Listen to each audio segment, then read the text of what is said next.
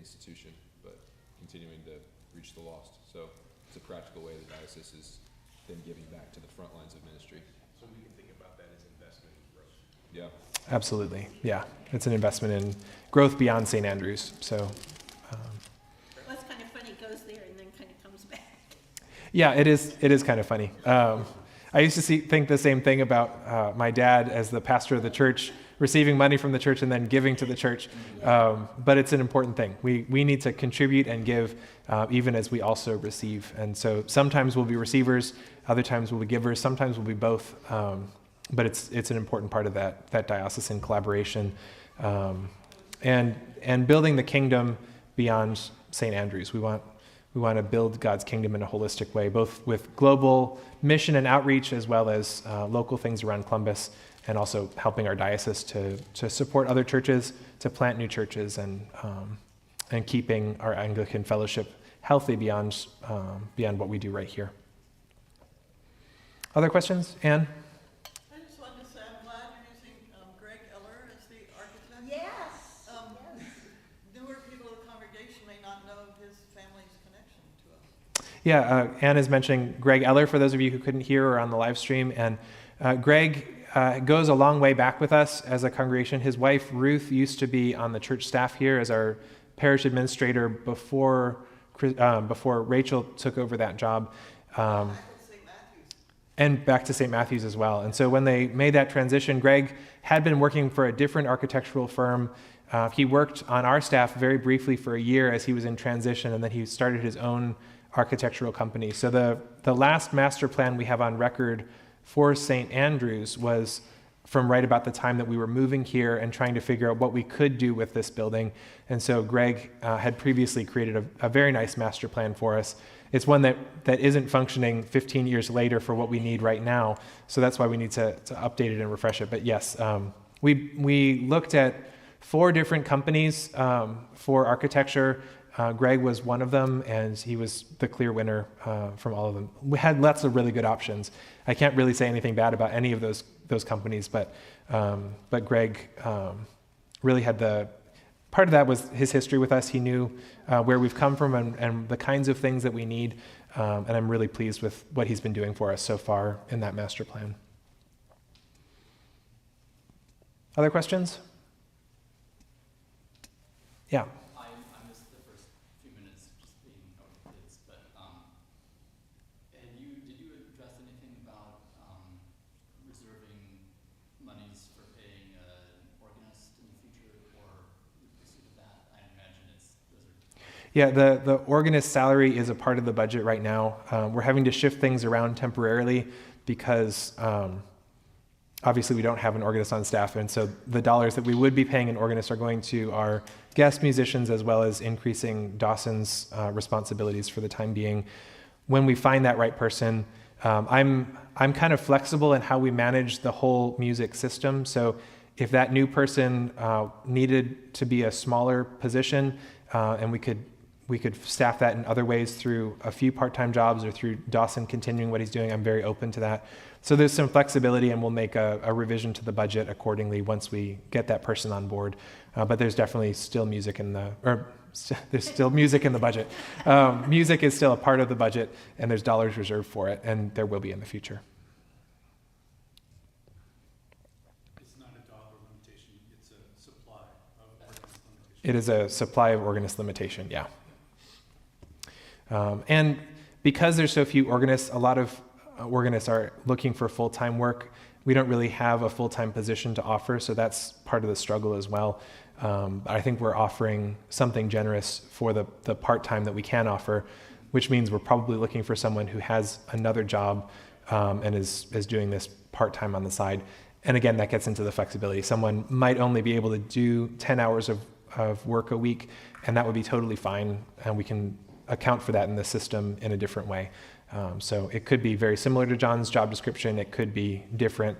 And I've tried to present a pretty general job description that we can add or subtract from as needed.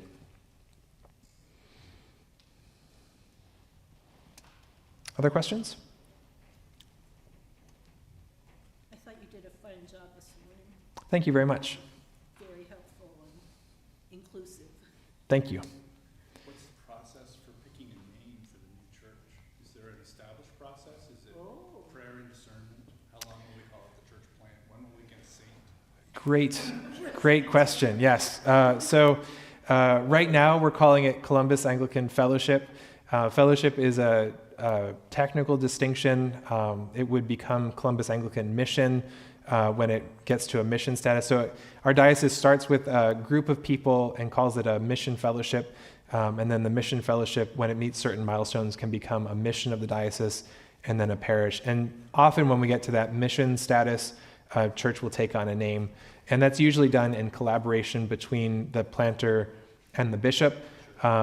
Technically, it's the bishop who names every congregation, so he has the right to give a name, but often the bishop will be asking the planter what the perceived best name might be, and then we'll take that into consideration when he names it. But the bishop will be the ultimate namer of the congregation.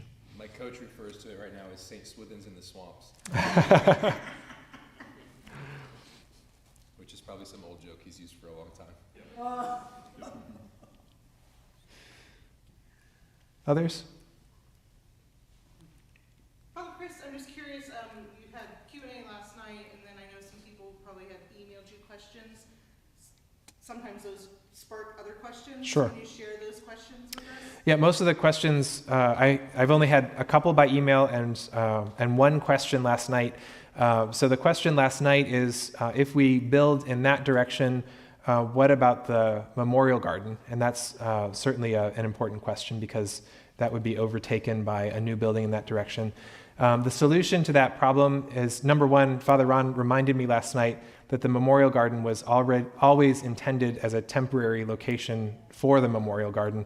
And that's why we didn't build something more permanent, because we weren't sure what the master plan would look like or what the future growth of the church would look like. So it was a convenient place to have ashes interred for the time being. The new master plan, if we do build that way, which is the most likely outcome, is in looking at future development of this master plan, we will most likely eventually have need for a new sanctuary going in the eastern direction. There might be something over in that spot. Eventually parking might need to wrap all the way around and go out in that direction to balance the parking needs. Sort of if we were to double in size as a congregation, we'd need twice as much parking. So probably a similar parking lot further east than a new eventual sanctuary. So taking all of that future development into account and trying to find a spot on the campus that could be more permanent and not get touched by those future developments. The very large tree that's over there is approximately the location that we're hoping to put a new columbarium. And this would be an above ground columbarium with some kind of marble or stone face plates that we can take off and then put ashes into the niches without digging holes in the ground. That's probably the most likely outcome. So I don't have a design for that yet. If we do pursue that direction, I'm hoping that we can actually build that first, so that as we have construction, we can just dig up the present ashes that are buried and put them directly into the columbarium. And then we'll have a system and structure that people can pre-reserve niches into the future, like you do with cemeteries. And we'll be looking at what's normal from other churches right now and normal from other cemeteries as far as how that system works and those sort of. So expect more information about that in the near future. But that's likely what's going to happen there. I've had questions about who's on the building committee. I outlined that in my address already. If you have questions about that, I'm happy to talk about it. I've had questions about when will we see more, and I think I've answered that already as well. Hopefully somewhere mid to late March we'll have some plans that we can share with the congregation. And there's this difficult balance as you build these things. You want to make sure that it's in line with all of our needs as a congregation, but you can't build and design things with too many people involved. And so we've chosen to limit this to a small committee, making sure that we have representation from the ministries who are most particularly impacted. I think the design we'll present to you will be a really exciting one for all of us. And we'd love to hear your feedback when we share it with you. But we're not going to have a congregational vote. That's not really the way the polity of Anglican churches work. So it's not going to be an up or down on the plan. But we would love to hear what you think about it when we share it with you. And I think you'll all be really excited. The last design that we saw last Wednesday is really superb. The reason I can't share that with you just yet is sometimes if you share it too early and then you go through that budgeting process, then people get attached to certain pieces of that beautiful design.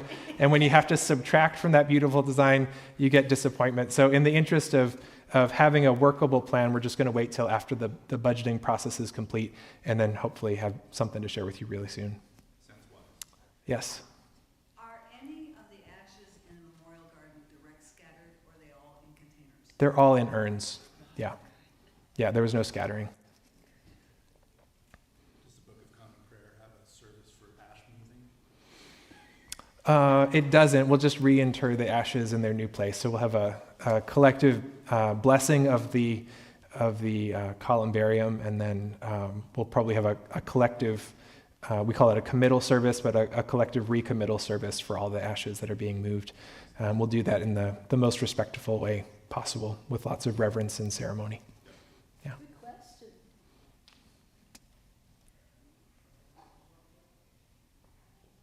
Other questions?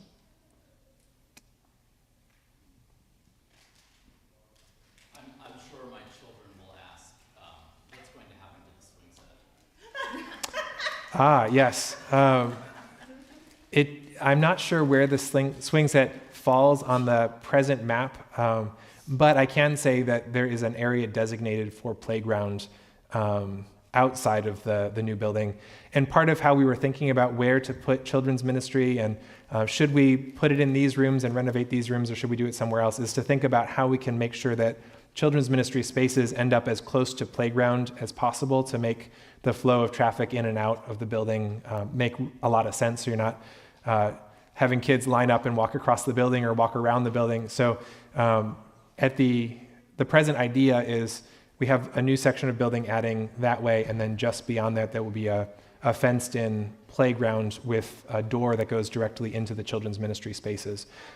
So, you know, it's still tentative, but we are making provision for making sure that we have some kind of playground equipment in the future.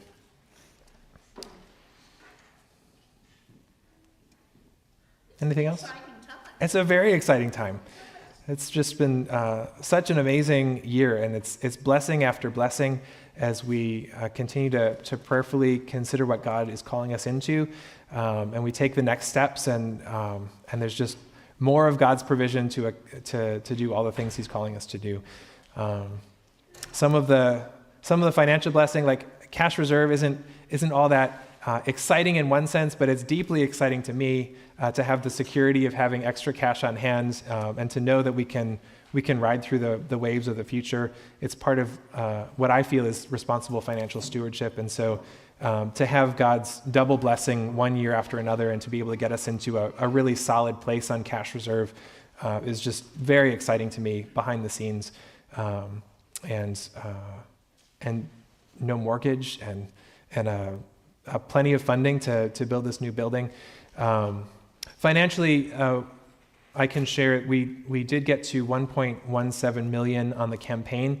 1.17 million is probably not going to build what we need to build, and so the vestry has made provision to say we can extend that by about $300,000 with some extra construction loan to get us through this process. So we will probably take on a little bit of extra debt in the interest of making sure that when we build the right thing. But that amount of debt is half of what we had before and is totally manageable within the structures of God's provision for us right now. And our budget, it's a reasonable percentage of our budget. There are all kinds of ratios that you measure, and we're staying well beneath those acceptable limits. So. I have a question from online. Great. Do the plans consider the second entrance or exit drive onto Orange Road? We have that easement.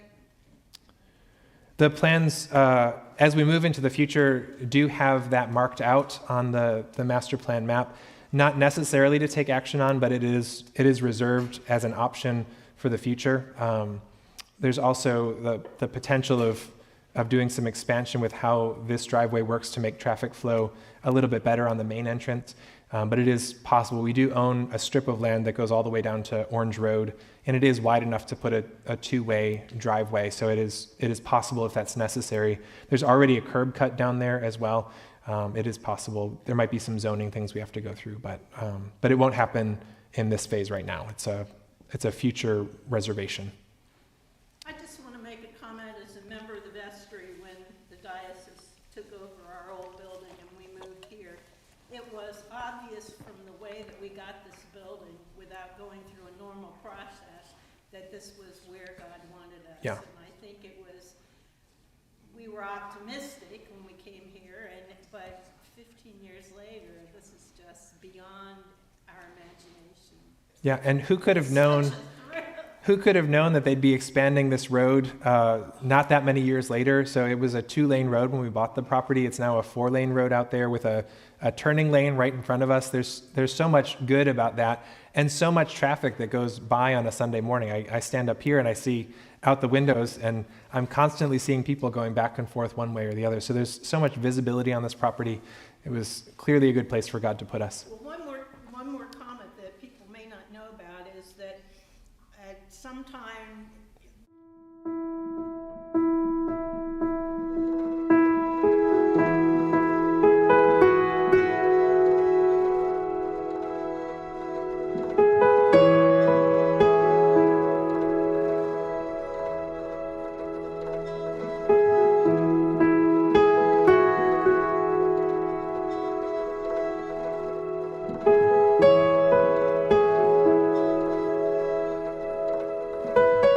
Okay, hearing nothing, I will just remind you that I love talking to you. So if ever you have a question in the future, feel free to email me or call me on the phone or set up an appointment for coffee or lunch.